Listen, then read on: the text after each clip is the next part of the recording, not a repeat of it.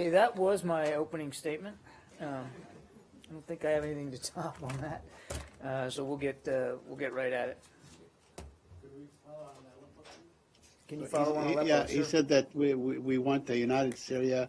You want to go back to the Geneva, I assume that's Geneva 1 point. What he's back in talking 2000 about in Geneva is he's talking about, because that's where the first the and second talks, round of talks had I understand, occurred. but there's a Geneva understanding that was back in 2012, which stipulated certain points and to get the process going. So I assume that he's talking about that. Yeah. But what I wanted to ask you specifically is that if let's say when you talk about a political process and a united Syria, if the regime chooses, or Bashar al-Assad chooses to be a part of this process and run in a fair and transparent elections and so on, would he be allowed to? Because you guys have committed yourselves in the past to the fact that he lost his legitimacy to govern.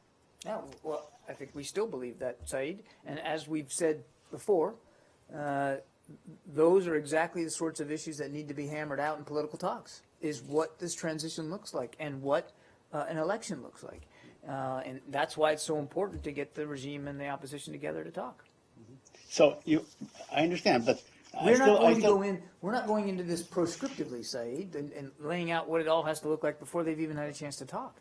because it is obvious that the regime, not necessarily Bashar al-Assad, but the regime itself represents a good portion of the Syrian people. I mean, there are minorities that look to them for leadership. There's a large portion of the Sunni population, many others, Christians and so on.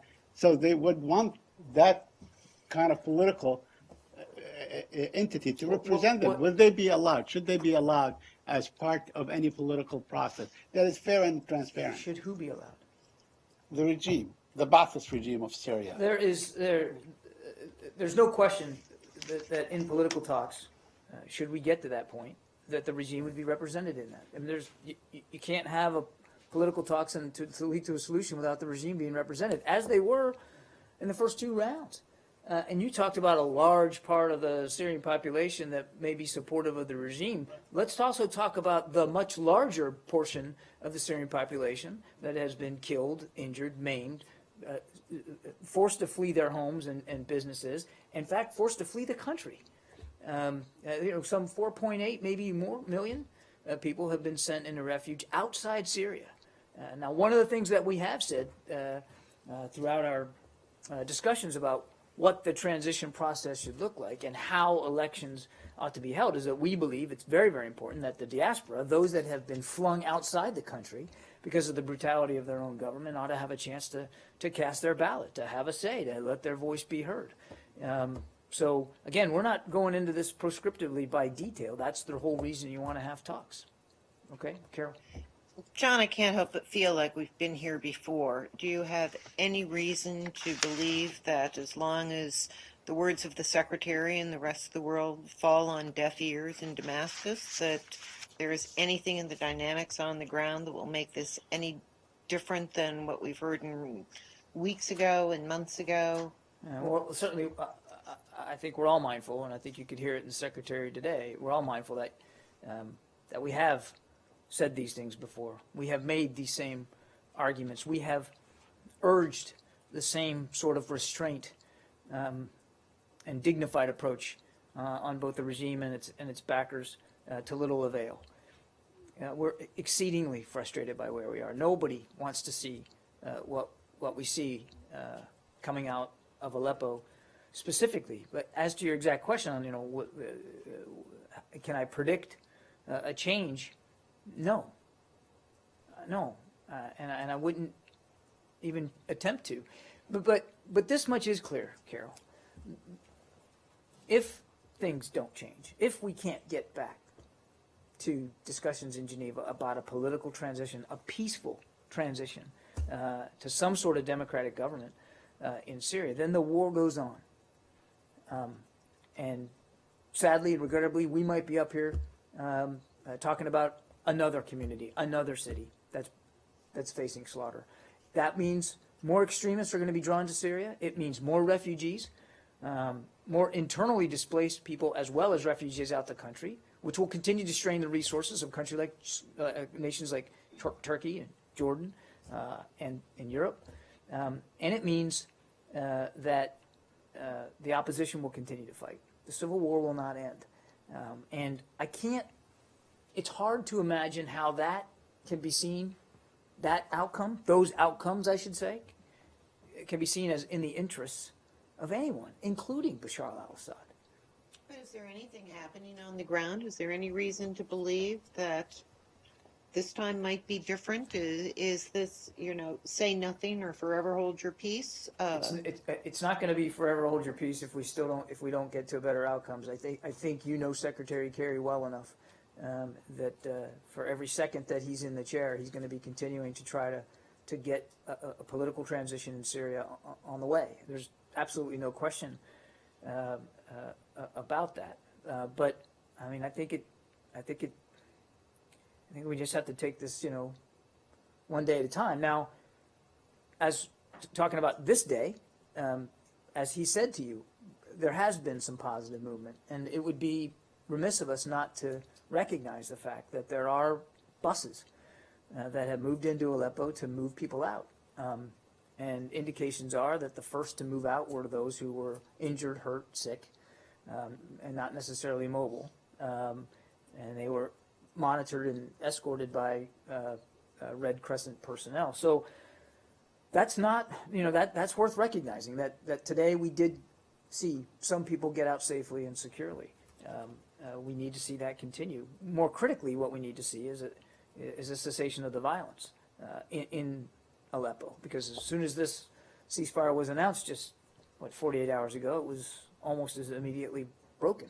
So we've seen some positive steps today, and we'll just have to stay at it. John, Abigail? following up on what you said, that there will be more cities where this happens, are there any plans underway for preventing this from happening in Idlib or wherever it is that the people who are being removed from East Aleppo are heading? Well, if you mean that we're engaging our partners and relevant parties to this conflict to try to forestall that kind of thing, yes, of course we are. I can't predict. I'm just saying that that's the logical outcome, because Aleppo is not going to be end. Even the dictator Assad said that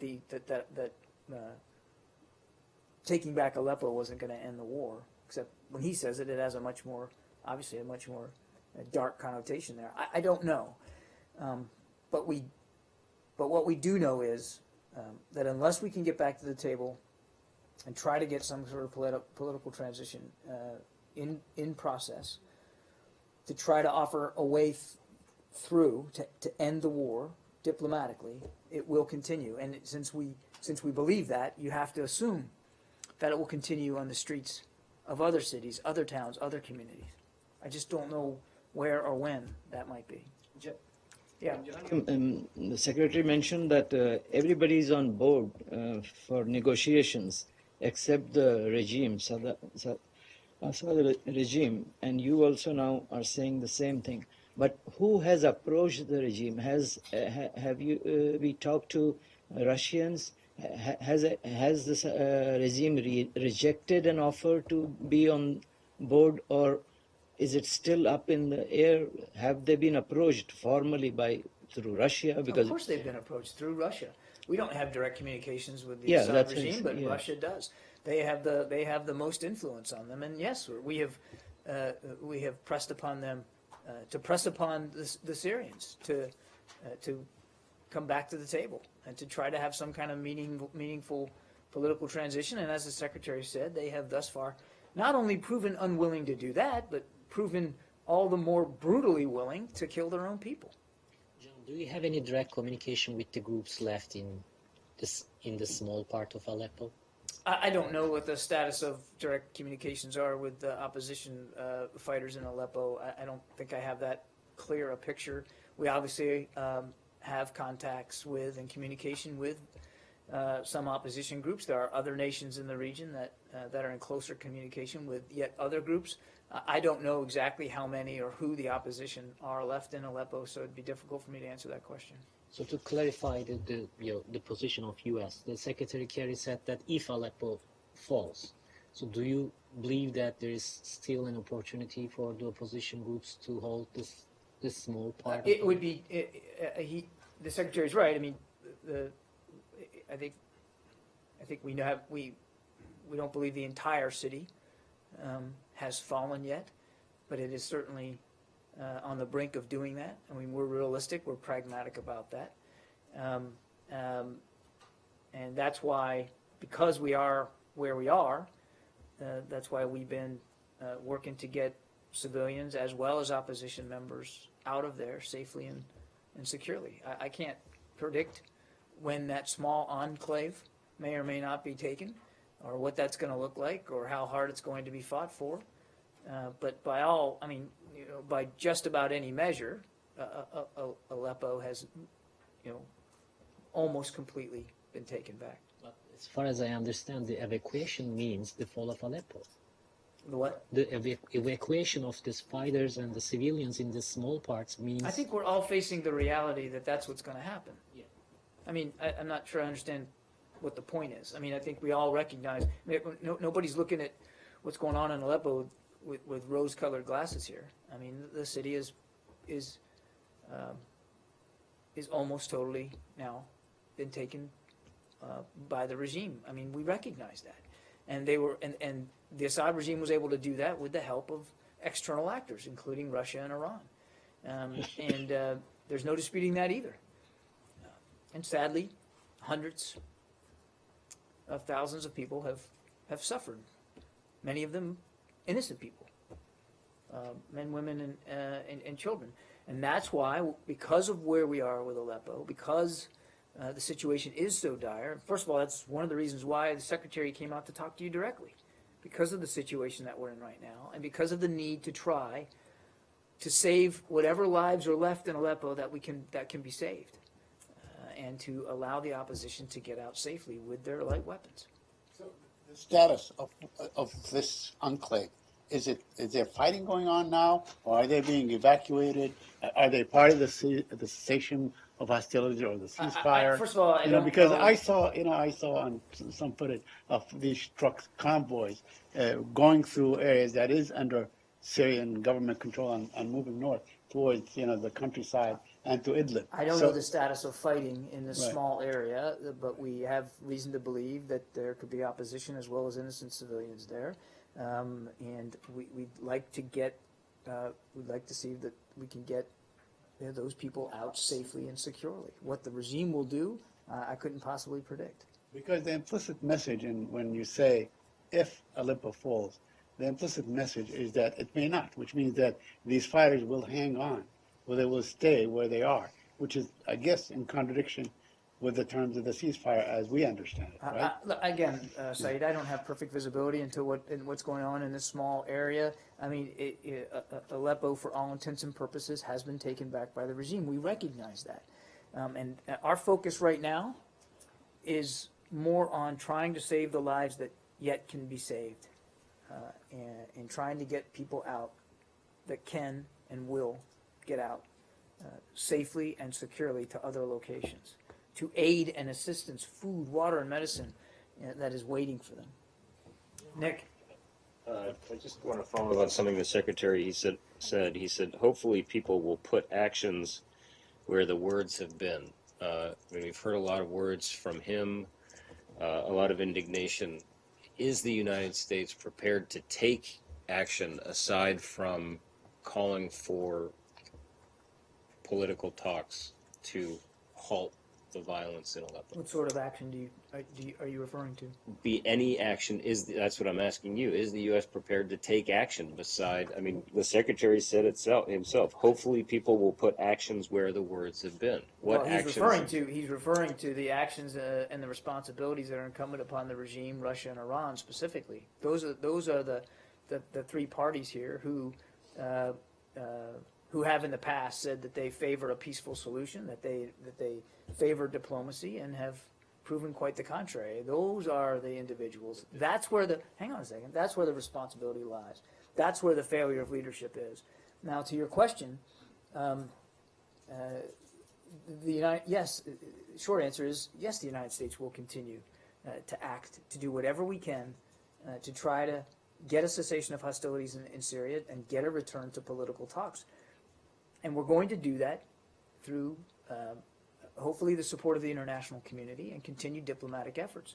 Now, we've talked a lot, because I get the implication of your question, I understand very perfectly. The discussion of military options. And while discussions about options and alternatives always remains a live issue inside our government, those sorts of options have been carefully considered. They have been discussed thoroughly.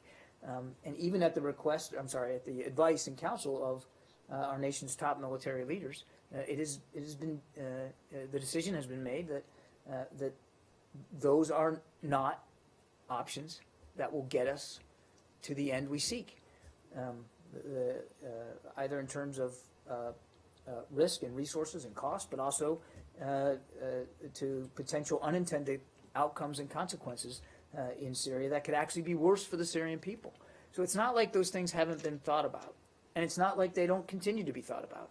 But as the president said, there are no options that are better than a diplomatic one, and one that involves getting the opposition and the regime to the table to try to talk about a political transition.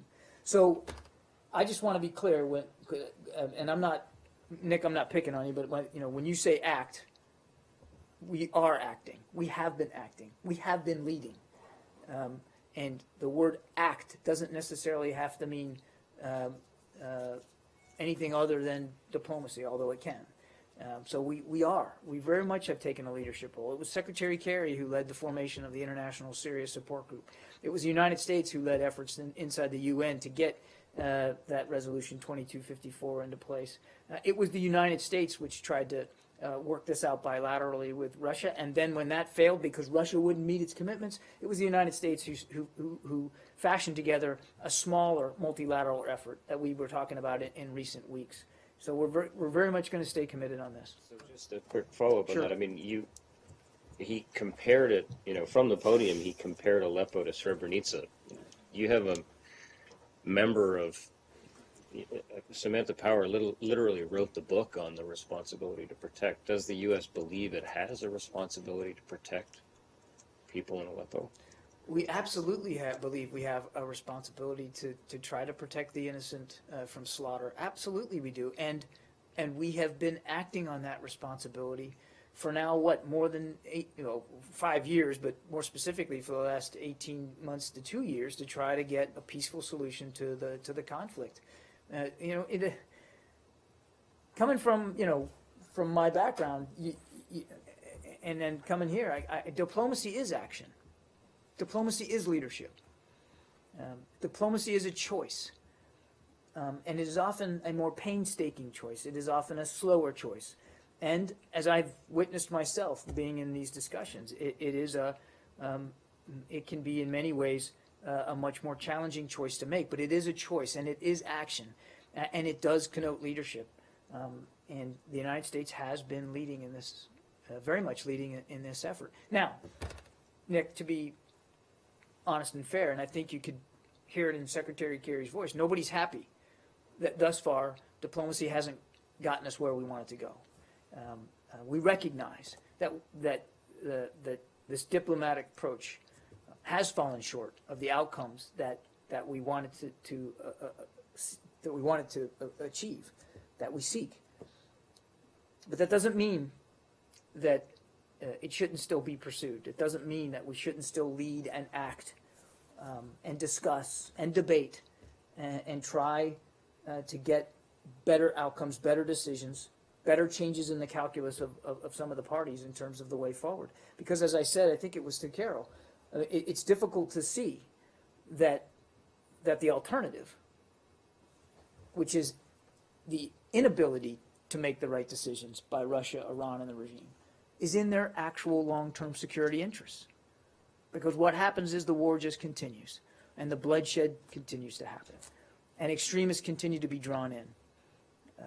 Just this past week, Palmyra was retaken by the Islamic State, a city that had, to great ballyhoo, had been liberated back by the regime with Russia's help, and they lost it.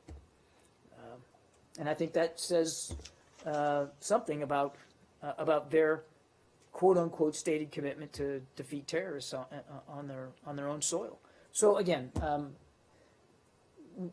we believe that through our diplomatic leadership, we are acting on behalf of the Syrian people, and that we do shoulder and take that responsibility very seriously. But the other thing that I can, and I know I'm rambling here, but I want to get to the core of your question. The other thing that Ambassador Power said clearly was it's up to the international community as well to continue to shoulder and bear that responsibility. It doesn't. I'm not at all shrugging off U.S. leadership or our role. We very much are aware of our responsibility here too to continue to lead these efforts. But so too, as the Secretary said, do we need the international community on board as well. Karen. John, when the Secretary spoke with Foreign Minister Zarif regarding the Iran Sanctions Act, surely they must have talked about Aleppo. Can you tell us what was said and if there was any attempt to somehow leverage them to I'm really pressure? not. I'm not. I'm not at liberty to read out specific discussions with Foreign Minister Zarif right now. Obviously, the Iran Sanctions Act and the extension was the core topic. Is there a proper analogy to make between Aleppo and Srebrenica? Is it? I mean, how do you make that analogy? What is the yardstick? I think. Look, I think it's an obvious analogy to make, given the level of slaughter that we've seen, and the brutal, indiscriminate manner in which innocent people have been, in some cases, executed right in the streets. No historical analogy is perfect, but I think I can definitely see, and I was alive and remember those events as well. There are parallels in terms of the brutality of one group to another, and with sectarian lines and sectarian influences. Yes, ma'am. This is regards the situation in Iraqi Kurdistan. Senior Kurdish officials, including the KRG Prime Minister today, have complained about the continued PKK presence in Sinjar. They say that the PKK is blocking the Yazidis from returning to their homes and rebuilding their communities. What's your view of that situation? Well, I haven't seen those remarks, so it'd be difficult to provide a specific comment on it. What I can tell you is, and I think we continue to believe that the PKK, which is a U.S. designated foreign terrorist organization, should have no role in Sinjar. And we regard their presence there as a major obstacle to reconciliation and to the return of internally displaced people. We urge all groups, including the KRG, to facilitate political reconciliation so that these internally displaced people can return and the traumatized communities in that region can rebuild. We also urge continued close cooperation between the central government in Baghdad and the Kurdistan regional government to defeat Daesh and to resolve any other outstanding issues between them. So if I have represented his comments correctly, then you're essentially in agreement with them? I think I'm going to let my statement stand the way it was. I haven't seen those comments. I was simply stating to you what our policy is with respect to the PKK in Sinjar. Steve? Earlier today, there was a report released by the International Crisis Group indicating that Rohingya from Saudi Arabia are directing an insurgency in Rakhine State in Burma, Myanmar. We got a statement earlier today from this building referring us to that report, not taking any contention with the conclusions. The Burmese intelligence service is also telling the VOA Burmese service that this concurs with their intelligence. I wonder if you could elaborate on the reaction to this, and also if this is happening, being directed out of Saudi Arabia, do the Saudis bear some responsibility in looking into this? What I can tell you is we're aware of their report, and we're actually reviewing it right now. So it would be inappropriate and premature for us to make any judgments or statements about individual findings. In general, obviously, we work routinely every day with allies and partners and friends all over the world to counter violent extremism. And the threat of violent extremism, wherever it is, and it's in many places, is something all of us, all governments, can and should pay attention to trying to combat. But again, I'm not in a position right now to make any comment on specific findings in the report. Yeah. John, and as a follow-up to Sinjar question, there is a group, you mentioned about the PKK presence there. There is a group which is using the name of Sinjar Protection Units in Sinjar. I mean, they are affiliated with PKK, but there is also, another group like PYD. So you see, for example, PYD and PKK, two separate groups. But in Sinjar, you see, is it same organization? You call them PKK instead of Sinjar What I said Protection was Units? we continue to hold the PKK as a terrorist organization, and they shouldn't have any role in Sinjar, and that's our point. And our assessment of the PKK hasn't changed, and I have no updates to give you in terms of our view of the PYD as a. The thing is, they are using the name of Sinjar Protection Units instead of PKK. They have own flags, they have own, the organizational chart, etc., differently from PKK. What's your question? So you see them as PKK instead of As I said, Sinjar Protection Units. PKK is a terrorist organization. We don't believe they should have any role in Sinjar. I'm not going to get into intelligence assessments or analysis about how they may be organizing themselves or branding themselves. Just trying to understand the two different approach for Syria and Iraq. I know. I think I've answered the question. Let's take a couple more. Let me go in the back here, and then I'll come to you. You'll get the last question, okay? Go ahead. I was going to ask about Japan. The Abe Putin meeting in Yamaguchi. They agreed to start 2+2 talks with their foreign and defense ministers, and they agreed to talk about some economic cooperation between the Kuril/Northern Islands. Do you have any reaction to the meetings? Are you worried that this can erode the G7 sort of front against Russia? Well, as I said yesterday, sovereign nation states determine their sovereign foreign policy agenda and their schedules and their visits, and we're not in a position to pass judgment on this meeting or the contents of it. I think it's for the leaders of those nations to characterize what they discussed and the tone, tenor, and whatever decisions or joint priorities may have come out of that. We believe it's important for nations, certainly Pacific nations, and both of them are, to have meaningful dialogue and discussion and improved bilateral relations. All that is to the betterment of the safety and security, stability of the region. But I'll leave it to those foreign leaders to characterize their discussions. Saeed? I have a very quick question on the Palestinian issue. A couple of days ago, I asked you about two hospitals that were on the verge of closing down because the PA is not paying up its obligation to these hospitals to the tune of about $15 million. I wonder if you have any comment or any information on that. We are concerned about the situation with the Al-Mutala and Al-Maqasid hospitals. In fiscal year 2015, the United States contributed $35 million towards East Jerusalem hospitals, and we plan to continue providing support, subject, of course, to available funding. And I just don't have an exact amount at this time. Do you believe that the PA is sort of shirking its responsibility toward these hospitals? Well, I think I'm going to leave my statement as it is. Thanks, everybody. Have a great afternoon.